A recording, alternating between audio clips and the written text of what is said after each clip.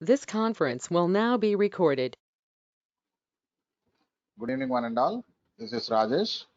In our subject Embedded System Design, we will discuss about task communication, our fifth unit, in which we will cover objectives, introduction, shared memory, message passing, remote procedural call, task synchronization, synchronization issues and techniques, device drivers, and how to choose an RTOS.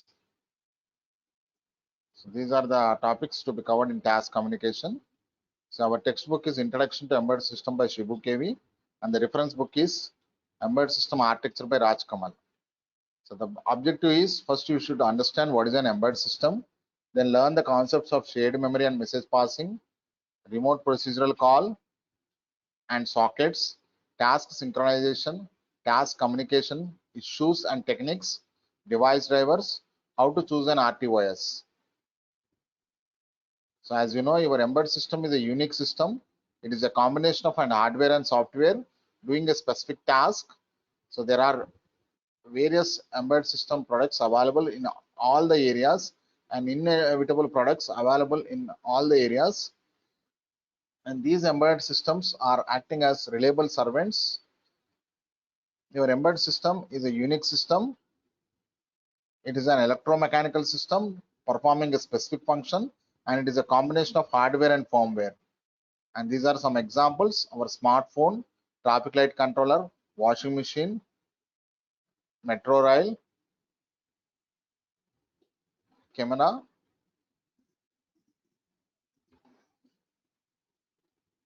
DVD players, digital camera. They come under the products which depend on embedded system. So our embedded system can be thought of as a hardware having software embedded in it. It can be an individual system or it can be part of a big system. Thus, you can define embedded system as a microprocessor or microcontroller based system, which is a which responds to events in real time, and that is a reactive system. So coming to our 15th unit, we have to discuss task communication. Before that, we'll just have an introduction part. Our complex architecture is needed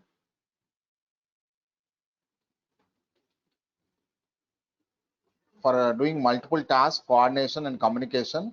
So for which the OS designed to be an real-time OS.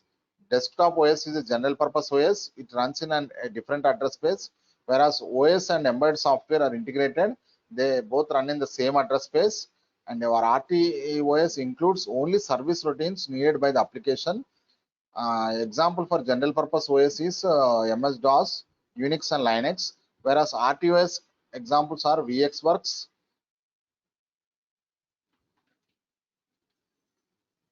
So what is an OS? It is a piece of software that is controlling the coordination between the application software and the hardware.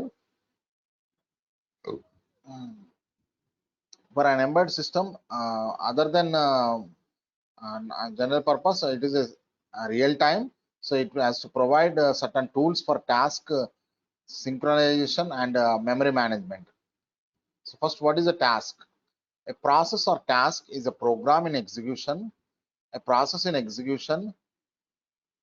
A process includes program counter, stack, data selection section. Multitasking refers to execution of multiple processes by a processor, that is called multiprocessing. If two tasks are shared and these two tasks are simultaneously executed, then it is called multitasking, and the CPU is executing these two tasks either depending upon the scheduling algorithm. So process task concept requires different states. One in running mode where instructions are being executed. Another is task can be in a ready mode where the process is waiting to be assigned to a process, or the task can be in a blocked state where the process is waiting for some event to occur, or the terminated, the process has finished the execution, and new state, the process is being created. So any task will be kept in one of the states. If multiple tasks are existing, they will be in one of the states. And a task is a simple subroutine Embedded system application makes calls to the RTOS function to start the task, passing to the OS, giving the starting address and stack pointers, etc. of the tasks. Task states, they are running mode, ready mode, blocked mode, and a scheduler will shuffle the task between running and ready states. So these are different tasks. For each task, there is a task control block which controls information about its identifier, its state, its type, and these all are sharing want the CPU time, and CPU registers and CPU time must be allocated to the task based upon task scheduling algorithms. So you can see we are from ready to running mode, from running to blocked state, from blocked to ready state. So how a task will move from this all the states, and the state transitions in terms of a state diagram are represented here, where any new task once admitted it will enter into ready state, and from ready state it will go to running state. If there is an input output device, then that task is kept in a waiting state. Once the input output device is assigned, it goes into ready state, and whenever interrupt occurs, again it goes into ready state. From the ready state, it will go to the running state. Once the task is completed, it will exit completed state. So like that, any task will go on this all the states. So what are the issues with this task is, task or signal exchange for block and unblocked function calls. All tasks are blocked and scheduler idles forever. Two or more tasks with same priority levels. So this scheduler switches from processor using the V button task, which initializes the RTOS.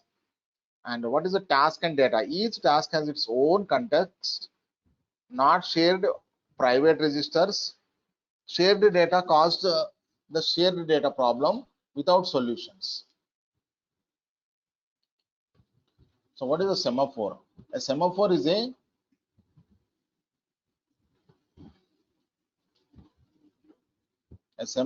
a variable lock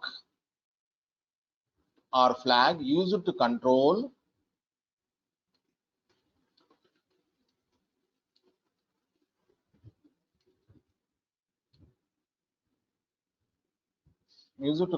the shared resource. Protection at the start is via primitive function. Protection at the end is again via a primitive function.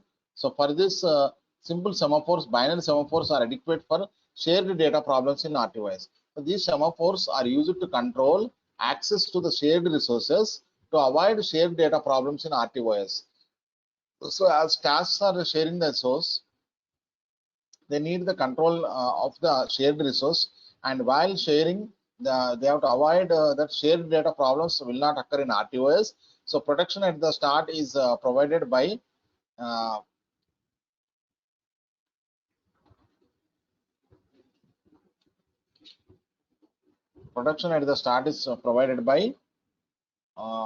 via primitive function indexed by the semaphore, that is called take, and protection at the end is via a primitive function called release, by also indexed similarly. So simple semaphores, binary semaphores are adequate for shared data problems. So the next topic is task communication. In a multitasking system, multiple tasks or process run concurrently in pseudo parallelism, and process may or may not interact in between. So based on the degree of interaction, the processes running on an OS are classified as cooperative process. So in a multitasking system, if two tasks are running concurrently in pseudo parallelism, they may or may not interact, but they are sharing the resources of CPU, and this task allocation to a CPU execution. So task execution by a CPU is done by task scheduling algorithms. So where you can use different scheduling algorithms, and here in cooperative processes, in the cooperative interaction model, one process requires the inputs from the other process to complete its execution. And the second type of interaction is competing process. The competing processes do not share anything among themselves, but share the same resources. So that competing process do not share anything among themselves, but share the resources. That the competing process compete for the resources such as input-output devices, display device. These cooperative processes exchange information and communicate through the following methods. So there are two ways of interaction between the processes. One is cooperating process, where one process requires inputs from another process, where competing process will not share the information, but they share the resources. If you are cooperating, if they are cooperating process, means they are exchanging the data. It occurs through two methods. One is through sharing, one is another through communication. So sharing is one method where the cooperating process exchange data through some resources. Cooperation through communication, no data is shared between the process, but they communicate for synchronization. So if they are cooperating for communication, it happens for synchronization purpose.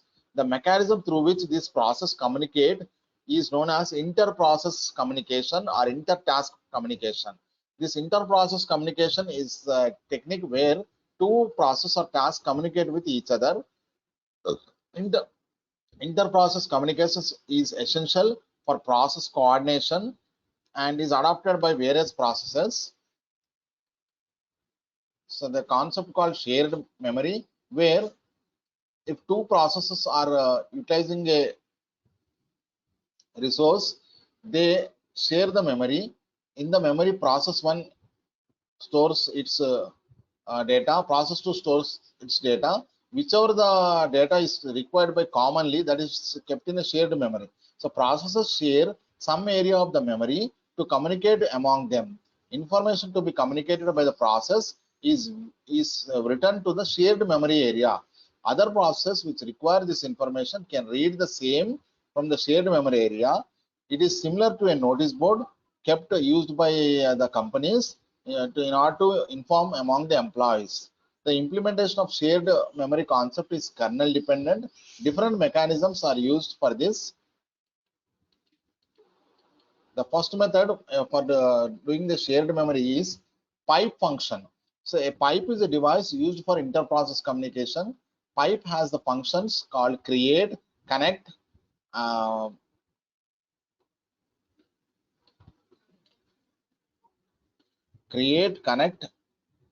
and device, and functions similar to a device driver.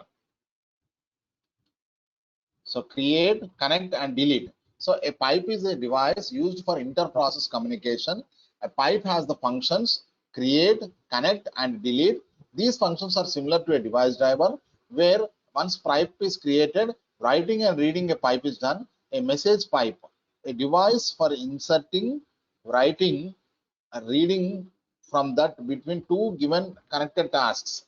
Writing and reading from a task is like using a common command called fwrite within a file name to write into a notice board, and a C command fread within a file name to read the data. So this is a diagram where a pipe, that is the data maintained in the pipe, a task so writes data to the pipe, and another descriptor method is the task. Another task is reading the data from the pipe. So there are multiple task execution. Each task will write or read, and for this an ISR is maintained, selected on multiple pipes. So writing data to the pipe using task waiting list, and there is a pipe control block which has various information like byte count, data buffer, buffer size, output position, input position, reading data from the pipe. So task waiting list. So this is at the input side, this is at the output side. Pipe function calls are create a pipe, open a pipe, close a pipe, read from the pipe, write to the pipe. Event functions. In order to wait for any one event, semaphore or mailbox message positioning can be used. Event related OS functions can wait for a number of events, initializing an action or wait for any of the predefined set of events. Events for wait can be from different tasks or ISRs. Event functions at OS. Some OSs support and some do not support event functions for a group of event. So this is a task 1. Conditional checking is done where 8 or 16 or 32-bit event register is there. Task 1 writes the data.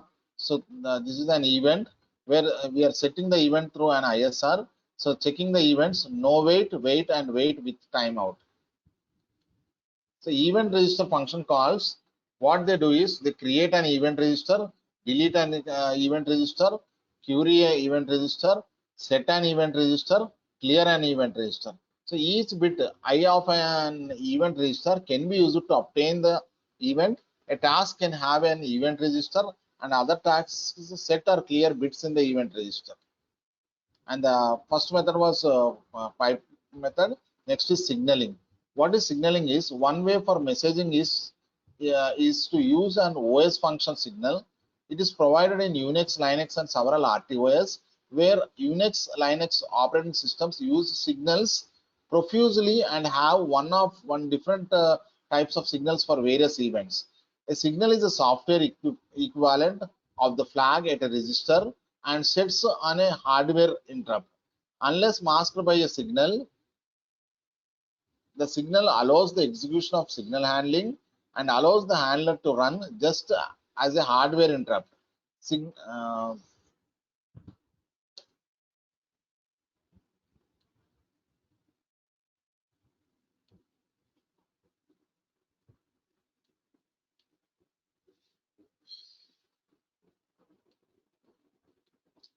So this signal provides shortest communication. Signal management function calls are install a signal handler, remove an installed signal handler, send a signal to another task, block a signal from being delivered, unblock a blocked signal, ignore a signal. So the timers available where an embedded system gets information is real-time clock, a system clock on which tick sys clock interrupt is given to each of the tasks, where frequently the real-time clock tells the time available for execution of the events. Based upon each sys clock interrupt, there are a number of functions. Timers are used to message the elapsed time of events for initiating the kernel to keep track of different times. The following functions calls are provided to manage the timer: get time, set time, time delay in system clock, time delay in seconds, and reset timer. So memory management. Memory management is a topic where whenever a process is created, the memory allocated address allocated to it is done by mapping method, where threads of a process share the memory space of the process. Memory management strategy for a system is you can go for a fixed method, blocks allocation, dynamic blocks allocation, dynamic page and allocation, dynamic data memory allocation. Interrupt service routine. Interrupt service routine. Interrupt is a hardware signal that informs that CPU an event has occurred. Whenever an event occurs, CPU jumps into the ISR. In RTOS, interrupt latency, interrupt response, and interrupt recovery are monitored. Mutex. Mutex stands for mutual execution mechanism for both tasks as well as task synchronization. And in this mutex, disabling the scheduler, disabling the interrupts, by test and set operations, and using semaphore. These are the 4 methods where mutex is achieved.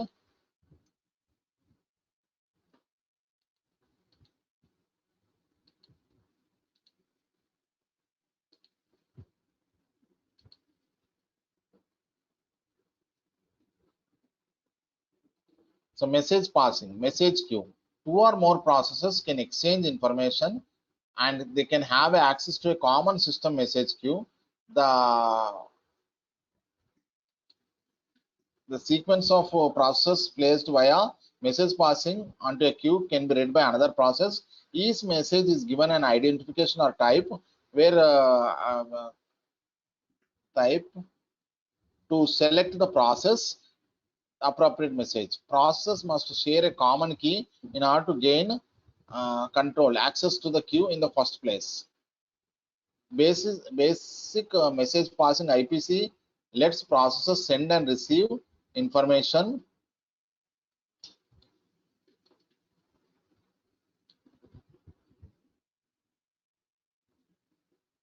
Basic message passing IPC lets processors send and receive information.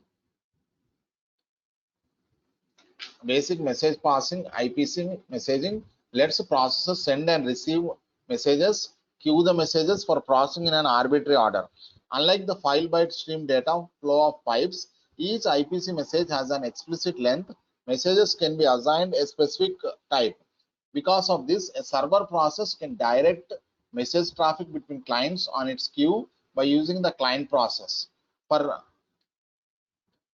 single message transactions, multiple server processes can work in parallel on transactions sent to a shared message. Before a process can send or receive a message, the queue must be initialized, and the operations to send and receive messages are performed by message end and message receive functions. When a message is sent, its text is copied to the message queue, and message send and message receive functions can be performed as either blocking or non-blocking. Non-blocking operations allow for asynchronous message transfer, and the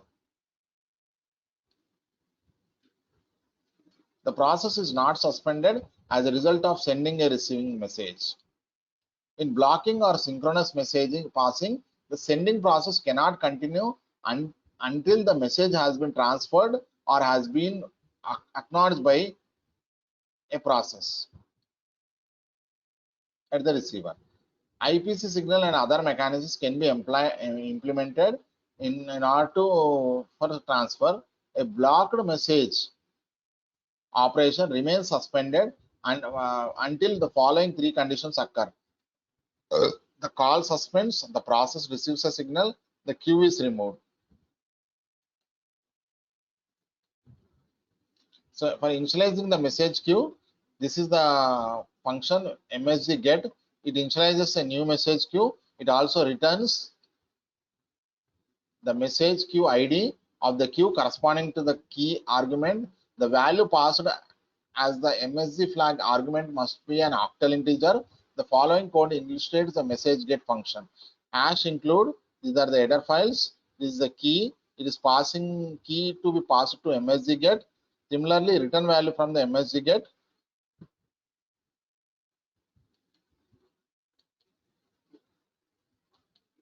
So, and the second method is the mailbox after message queue. Mailbox is an IPC interprocess communication through a message block at an OS that can be used only by a single designed task. A task on an OS function call puts into a mailbox a pointer to a mailbox message. Mailbox message may also include a header to identify message type specifications. So the OS provides inserting or deleting messages into the mailbox. Each message mailbox for a message needs initialization before using the functions in the scheduling for the message queue and message pointer. So this is the interprocess communication where any task can send a message to the mailbox and any task can receive a message from the mailbox. This is the OS functions. OS functions are create, write, accept, and query. So sending process using a message passing module. For message passing, you can use mailbox and message passing module to the receiving process. Here a message queue is maintained where a task and is sent to a message queue, and from which the information is sent to different tasks.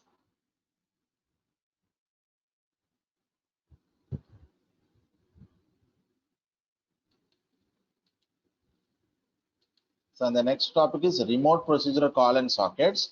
This remote procedure call is an interprocess mechanism used by a process to call a procedure of another process running on the same CPU or a different CPU. So in order to call to another process to call a procedure of another process. So a process is running and it has to interact with another procedure in another process on the same CPU or different CPU. We use an RPC. RPC stands for remote procedure call. In RPC is known as remote invocation or remote method invocation. RPC is mainly used for distributed applications like client server applications. With RPC, it is possible to communicate over a heterogeneous network. The CPU or process containing the procedure which needs to be invoked is called as server. So CPU or process which initiates an RPC request is, so whichever there are two processes, one process requires a procedure call available in another process, and this inter-process communication where the first process requires a procedure call is called a client. Another process which is having this procedure and on the same CPU or different CPU is called a server.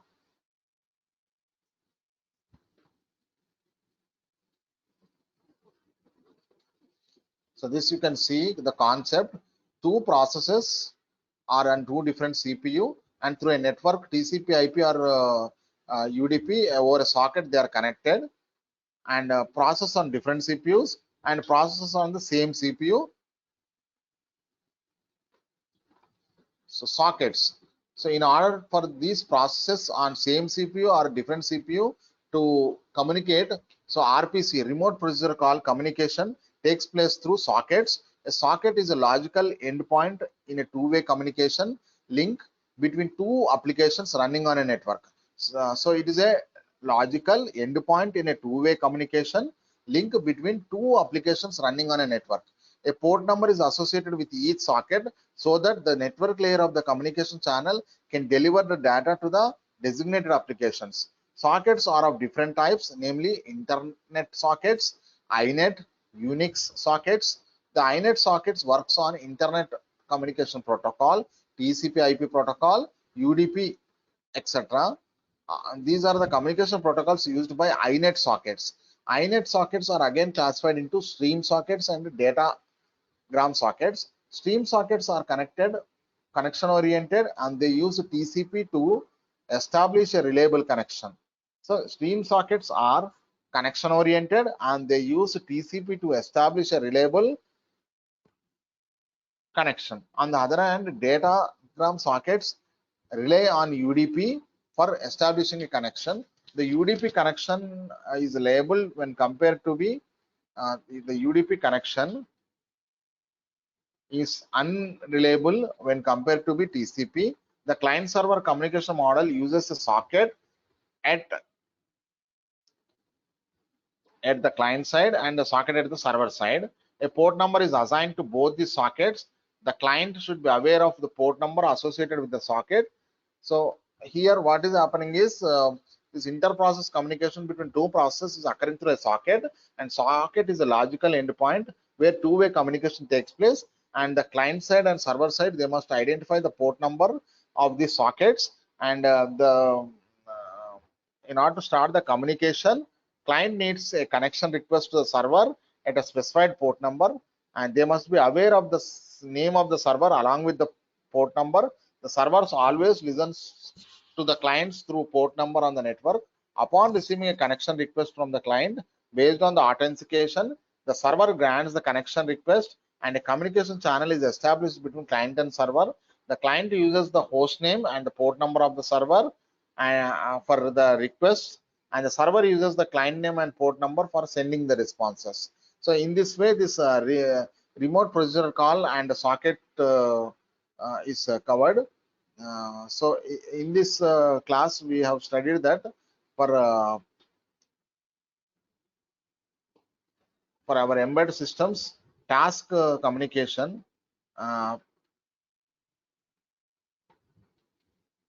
you should know what is a process, what is a task, and how a process or task will run through various states, and each task has a task control block, and what are the 5 states: ready state, running state, waiting state, block state, and what is a task and what is a data, and what is a semaphore. And task communication is achieved in through ways: cooperating process and competing process. Cooperating process and competing process. Cooperating process will do the cooperation through sharing or through communication. And shared memory concept. Shared memory is achieved through pipe method, where requires pipe requires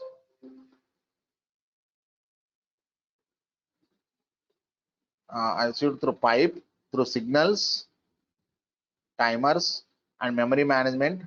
And what is a mutex? And message passing is done by message queue and mailbox and remote procedure call and sockets. So this inter-process communication is achieved through mailbox, message queue, and remote procedure call, and for which sockets are used, and socket is a logical endpoint. So with this, I will conclude today class. We'll cover our topics further.